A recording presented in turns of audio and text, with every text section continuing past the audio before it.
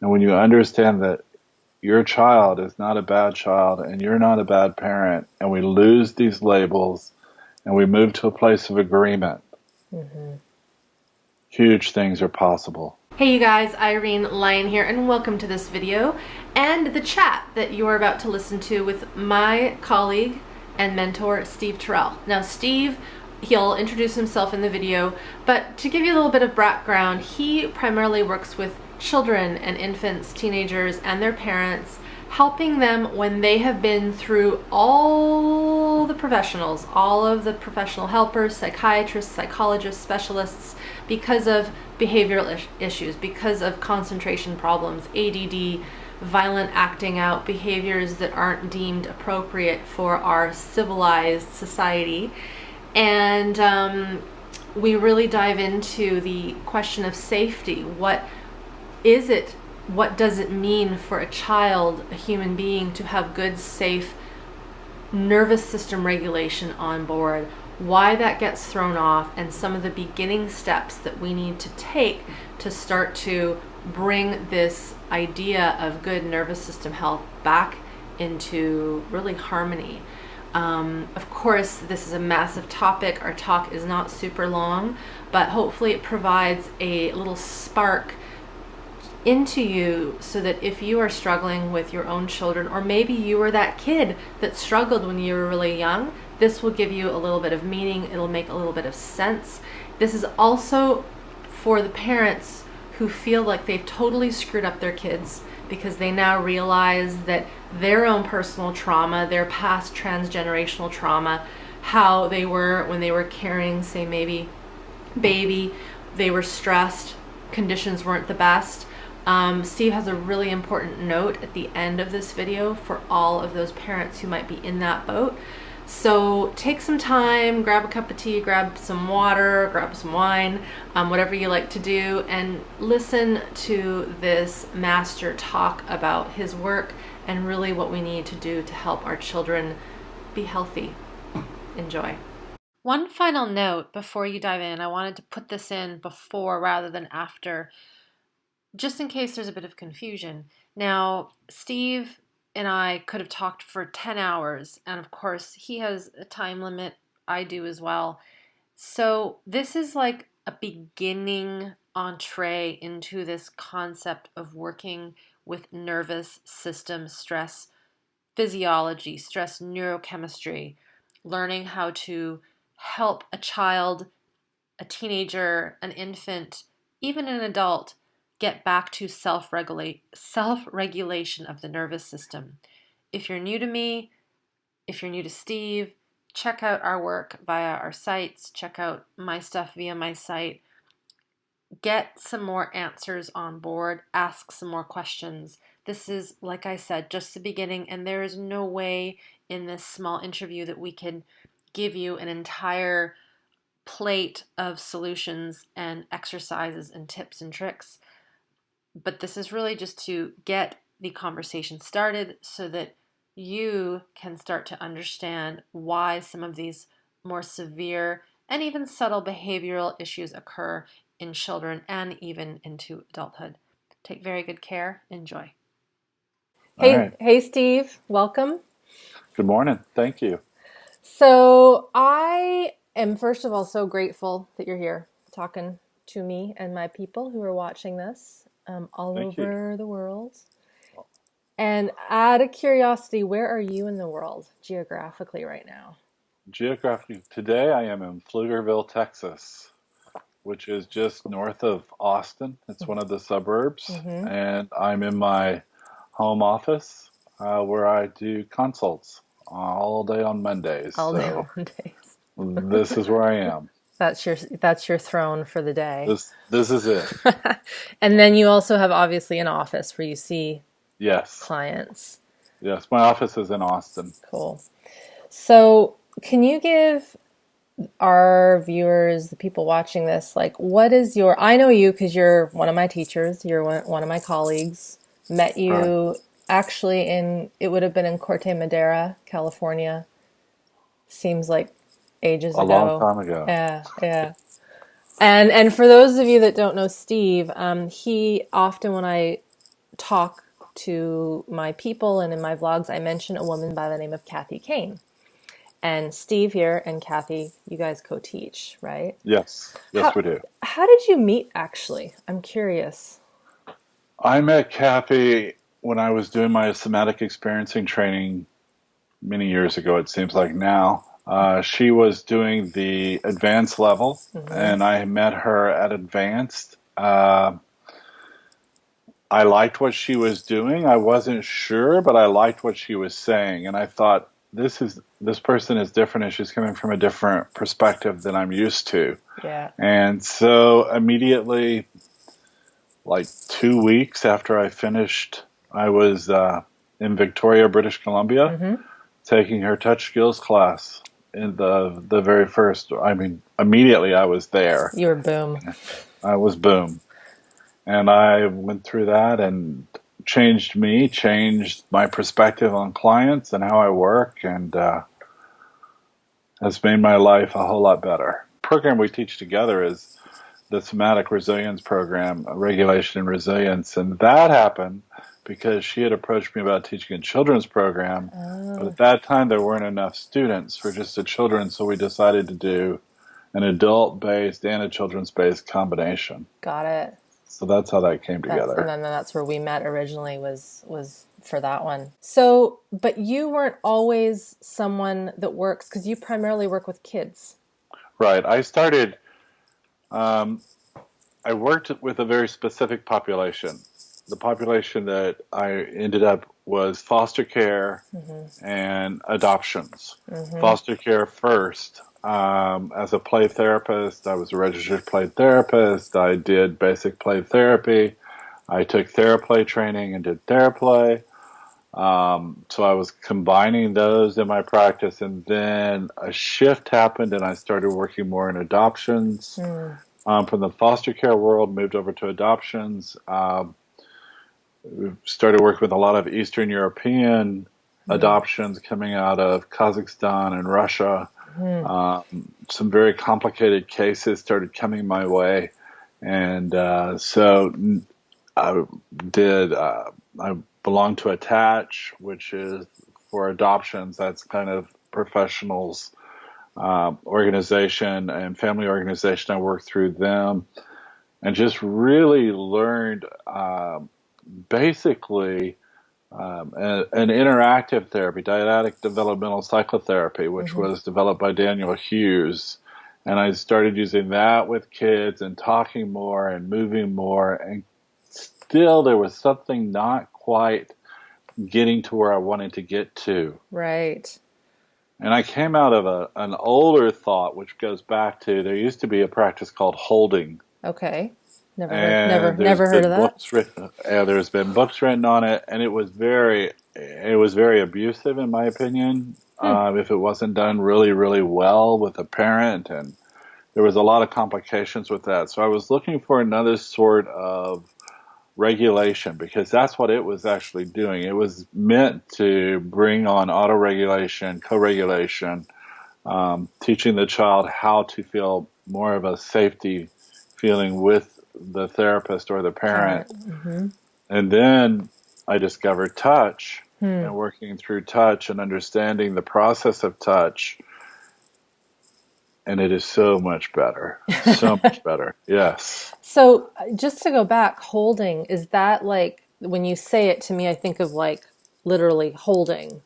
It is, except you would hold them in a position like they would lay in your lap, and you would hold them and they would become almost violent. They could become very angry, and you would regulate them all the way through until they were able to calm back down. Wow. It was a very, very challenging process. And at the time, it had results, and it still has results with certain populations, but it is a lot of hard work, and it's not, I don't recommend it. It's a very challenging and difficult process to do. I'm much more pro understanding how to bring about regulation in your child without such severe antics, and that the process of healing, in my opinion, is much more of a gradual process with a lot of subtleties happen, and those subtle changes I find last for decades, where the big fast changes seem to have rebound effect and the child returns right back to the earlier behavior rather quickly. I'm glad you mentioned that, because there's this thought in our culture, not just with working with children, but anyone, big people, that we need to figure it out fast and soon, excuse me, so that we can have more ease, a better quality of life. And it can be really tricky sometimes when you say to someone, this could take a few years. And it's like, oh, that's a long time. It's like, it is, but in this grand scheme of the rest of that child's life, if we think about children who you pretty much exclusively work with, a few years is not that long. It isn't at all. And when you realize, when you see and you understand, the way I look at it is that this child has been out of regulation some since before they were born. Yeah. They come to see me. So once to bring them into regulation, if they're already 5, 6, 7, 8, or 9, or 12, or 20, or 30, or 40, there's a lot of years of dysregulation, and they've developed a lot of management techniques. And those management techniques are is how people get labeled with different diagnoses, how kids especially. Yes. And then there are a lot of medications are happening, and a lot of things are happening that are adverse to them getting better. So the process does take a while. Understanding that these came out of a high sympathetic arousal, a high fear response initially. So that's going to complicate it even more, because what happens when you go in fear again? Yeah. You look for the same pattern. So I want to go back, because we know what regulation and sympathetic arousal means. There might be someone that doesn't. Right. If you could break that down in basic terms, when a little one, let's just say, we'll use a hypothetical, comes to see you, a child, what's usually going on? Like, what's the more classic scenario in terms of their system, their physiology, their nervous system? Good question, Irene, because most of the kids who come to see me, I'm very rarely ever their first therapist. Right. They've already been to multiple therapists. They've been to multiple types of psychologists. They've been to a lot of different venues before they get to me. So when they get to me, it's almost always some behavior that's interfering with their activities of daily living. Right. Whether that behavior is they can't get out of bed, they're throwing things, they're hoarding food, they're not able to sit in their seats at school, they're sexually acting out, they're emotionally short-fused, the parents can't take them out, they can't go to the movies, they can't sit through a movie, a lot of them. Or they're just nothing. They're not reaching out. They're not enjoying life. They're just kind of flatlined. And usually it's always behavioral. It's something that the parents can't tolerate. Exactly. Is why they're coming in. It's, they're tolerating it. They figured out a way to tolerate it, but parents haven't figured out how to tolerate it. So it's because of, some sort of rupture with the parents that they come to see me. I see. And when they come in, is it often, and correct me here if I'm wrong, are the parents like, we have to change this behavior? Is that because and I only know this from hearing other family friends, they'll go and they'll say, oh, they've got this behavior that's not proper. We can't take them out, just like you said. How can we fix that behavior? It's always fix the behavior. Is it actually the behavior? Now we'll go back to that nervous system regulation thing. Explain the difference between trying to teach a child a better behavior versus getting under the rug into the root of why that is there to begin with. Well, one of the things that I notice is, because I specialize in developmental trauma, something has occurred. There's been a rupture in the child's life, either during utero or within the first few years of life. Either it could be a medical intervention, or it could be abuse, or it could be adoption, separation. Yeah. There's something so that I look at, okay, most of the kids I see have never been regulated. They've never, and by regulation, I'm talking about the easiest way is look at a river. Okay. Look at a river and think of a river, stand on a bridge looking at a river, and the water is all one color except for in the middle. Right. Okay. In the middle of the river, there's a dark stream that runs through it. That dark stream is regulation. Okay. The outer parts of the river where the water is more rapid and hitting the walls or the edges of the rivers or the rocks, that's the dysregulation. Got it. And over here, there's this whole area where it's like backflow, where the water isn't moving at all. And that's more of a hypo response to the sympathetic. It's going down into the lower part of I'm not moving as fast, I don't feel as much. That's the child who walks outside at 40 below zero and they don't have a coat on, they don't feel the cold, they're not noticing, they're completely unaware of their environment. And so looking at it, I want to bring kids back into that stream or that window. We can look at a window and call it a window of tolerance. Yes. Where we get alerts and then we go back down, and that's sympathetic and parasympathetic arousal. It goes up with the sympathetic, down with the parasympathetic when everything's okay, and there's little bursts of those. And we get them all the time. Everybody gets them. Yeah, of course. It's whether or not they're within that regulatory space. Right. Yes, in that window of tolerance or in that dark part of the river that's running through. And that they can come back. So there can be, stressors in the day, which everyone... before we got on the call, I was telling Steve about some ants that are in my bathroom last night. That got me a little aroused. I'm on the edges, but then I brought myself back into the middle. Right? Yes, you knew how to do that, but a child might use behavior. Okay. And they're going to push that down. If you think about an arm board that rises up, and this spring is up in the air and it's outside the window or that space of regulation, they stack stuff on top of that to push it back down and hold it down. They want to hold it down because if they can hold it down, then nobody's going to notice and they're not going to have those same sensations, which don't feel good. Yes. And so that's behavior. They're using management skills, which is normally biting, kicking, screaming, fighting.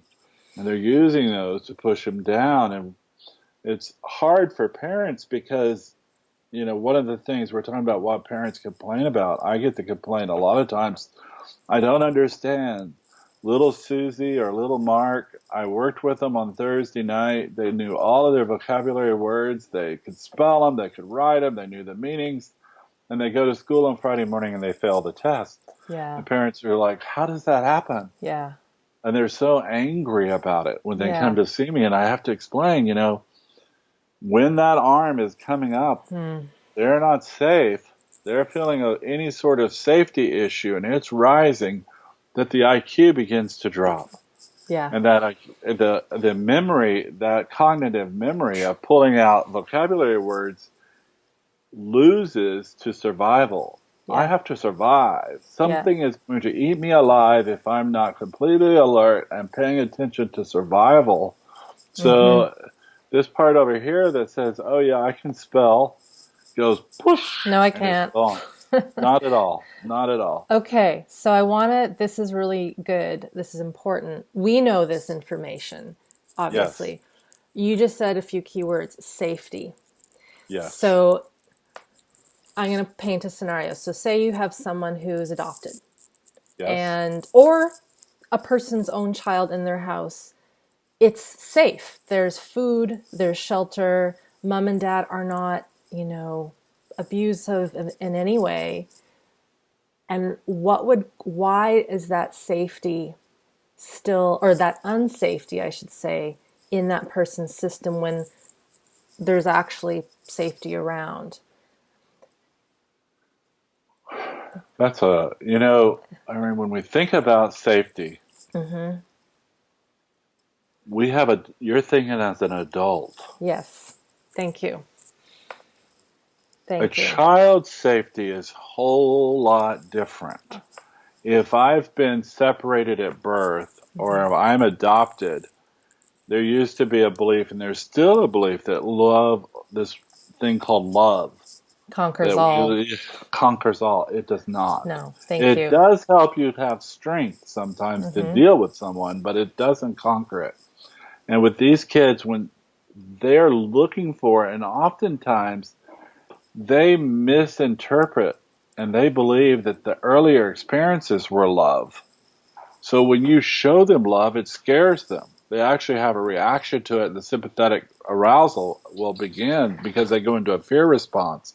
And they want to, unconsciously, it's almost like they're setting you up to replicate the earlier behavior. Oh. So it gets really out of sorts. And if a home is truly safe and it's a biological child and it's been safe since birth, unless there's been a lot of medical interventions, there shouldn't be a big dysregulation issue occurring. Exactly. They should be feeling safe. So there's the next question, or the next piece. So there's two pieces to that, because we've been mentioning adoption, children that were literally taken away from their biological mothers in probably unsafe circumstances, like in Eastern Europe, like you said. And then you just mentioned children that are with their parents biologically. One of the situations where this might occur is if there was medical trauma. Right. I just want to put a little piece on that, because this is often a question that is not asked to parents when their child's misbehaving, and they never connect it to the dentist. Any words to mom and dads listening to this around that, and how important, because people will say, oh, well, they're fine now. They had the filling, and look, but what goes on in a little person when they are put under these medical procedures, whether they're old enough to remember it or not old enough to remember it? It doesn't matter if they're old enough or not. The body remembers it. Okay. And the body's going to hold that memory. The body doesn't ever forget. It holds on to everything that's ever occurred. And so if the body's remembering it, that child's going to have a reaction to it. Yeah. Especially, babies that are in NICUs, those babies that have 3 or 4 months or 3 or 4 weeks in a NICU of separation, we see even greater. I teach parents, I say, think that you are NCIS, and you'd have to be American television to know NCIS. What's CIS? But it's a forensic show. Okay. Where they're looking for forensics of who did what crime. And parents have to be forensic. And they only, when you come to see me, it's a big forensic. I'm doing a forensic map. I'm saying, what happened, and when did this happen, and what happened at birth, what happened at conception, what happened. I want to know everything possible. Mm-hmm. I want to know everything. Mm-hmm. And you have to be forensic. And then you start putting the pieces together and you go, oh, okay. So if Susie is putting a turkey under her bed at night and hiding food and hoarding this food, and the parents saying, why is she doing this? We have food in the refrigerator. Why is this happening?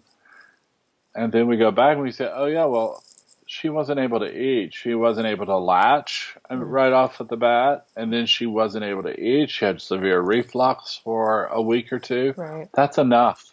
That right there is enough to that cause a child that. can't. It'll throw their eating habits off. They won't want to eat, or they'll want to hide food. They're going back and forth. We see all sort of eating behaviors start happening, which is a big concern with parents. Wow. So even if the trauma wasn't like food related, it could be being in an incubator, maybe some feeding tubes where they were getting nourishment, but it wasn't this organic, I'm hungry, where's mom's boob or where's the bottle? It was very disturbed. And it's not coming through the oral if it's a feeding tube. Oftentimes feeding tubes are coming the other direction. So it's not Exactly. going to have the same effect. But the long-term effects can be pretty devastating on a kid. Got it. And that kind of early trauma, let's say they don't have an eating disorder later in life, could also come out as what we would call classic anxiety. Oh, yeah. Yes. Definitely anxiety is the big one. It's a big one because everybody uses it for management. It's our go-to. We immediately go to anxiety because that in itself, we see it as, I can't go outside because I'm so anxious, or I can't go to the mall because I'm so anxious. And we see this as such a negative. Yeah. But the positive to anxiety is, that's right, you can't go out. You're going to stay inside your house where you can be safe. And you can let your nervous system begin to regulate. And we can start working on other techniques and figuring out what is that fear? What's causing this to occur? And let's get some regulation on board, which will expand your ability to even think. And let's work on it from this angle. Good. Okay. So that different way of looking. It is a very different way of looking, seeing that response, that arousal, that anxiety is there for a reason. Yes. It's not about how do we get rid of it, because that's often what the case is, whether a person is an adult or a child. Let's medicate it. Let's breathe deep. Let's meditate. Well, and I tell parents, I say when they come in and they'll say, Susie or Billy or whoever lies to me all the time. They lie all the time. And I go, that's going to be the last thing to go away. Yeah. We don't fix symptoms. I want them to keep lying because that's keeping them safe right now while I do the job of starting this child on a road to regulation as I teach you how to help regulate when you're not in the office. And we see this child in a more safe haven, a safer environment, then and only then, and it's going to take a while, will the lying go away, because we won't need it. Exactly, because it's a more cognitive, higher brain thing. So is it true then that the more higher brain thought out things that kids are doing will be the last to go, because it's almost always. Always. Okay, good to know. Always. So for everyone watching, we're going to get into ways that you can start to help your kids. But I want to touch on one more thing. And it's again, the child that didn't have the adoption, didn't have the surgeries, all those things. And yet there's still this anxiety, this dysregulation. And the reason I want to bring this up is because I get a lot of emails, because I work with big people, with adults, who often have children who are often full grown or somewhere in the childhood scene. And their words to me, for lack of a better way of putting it, are, I've totally mucked up my children. Yes, you did. And they feel like failures. Yes, they do. How come no one ever told us this? Are they doomed? Blah, blah, blah. And I can't imagine how awful that must feel. But well, it is awful because you're right there. You're saying to me, oh, but you figured it out. Exactly. You figured it out. We're not hopeless. No. We're not helpless. You got to my office and you figured out what you did wrong, we're going to work on you too. Almost all the parents of kids and any adults I work with, even though there's not as many number-wise, they all, we're working on regulation. And what I want to know is what's triggering them. I want them to make a list. I want to have this information coming from them, and that we'll work together as a team to change some epigenetics. It's not just this generation, it's multiple generations. Because we are raised by who we raise, and we act and raise like the person who raised us. Exactly. So that whole circle of life keeps getting us, and it takes a lot of work.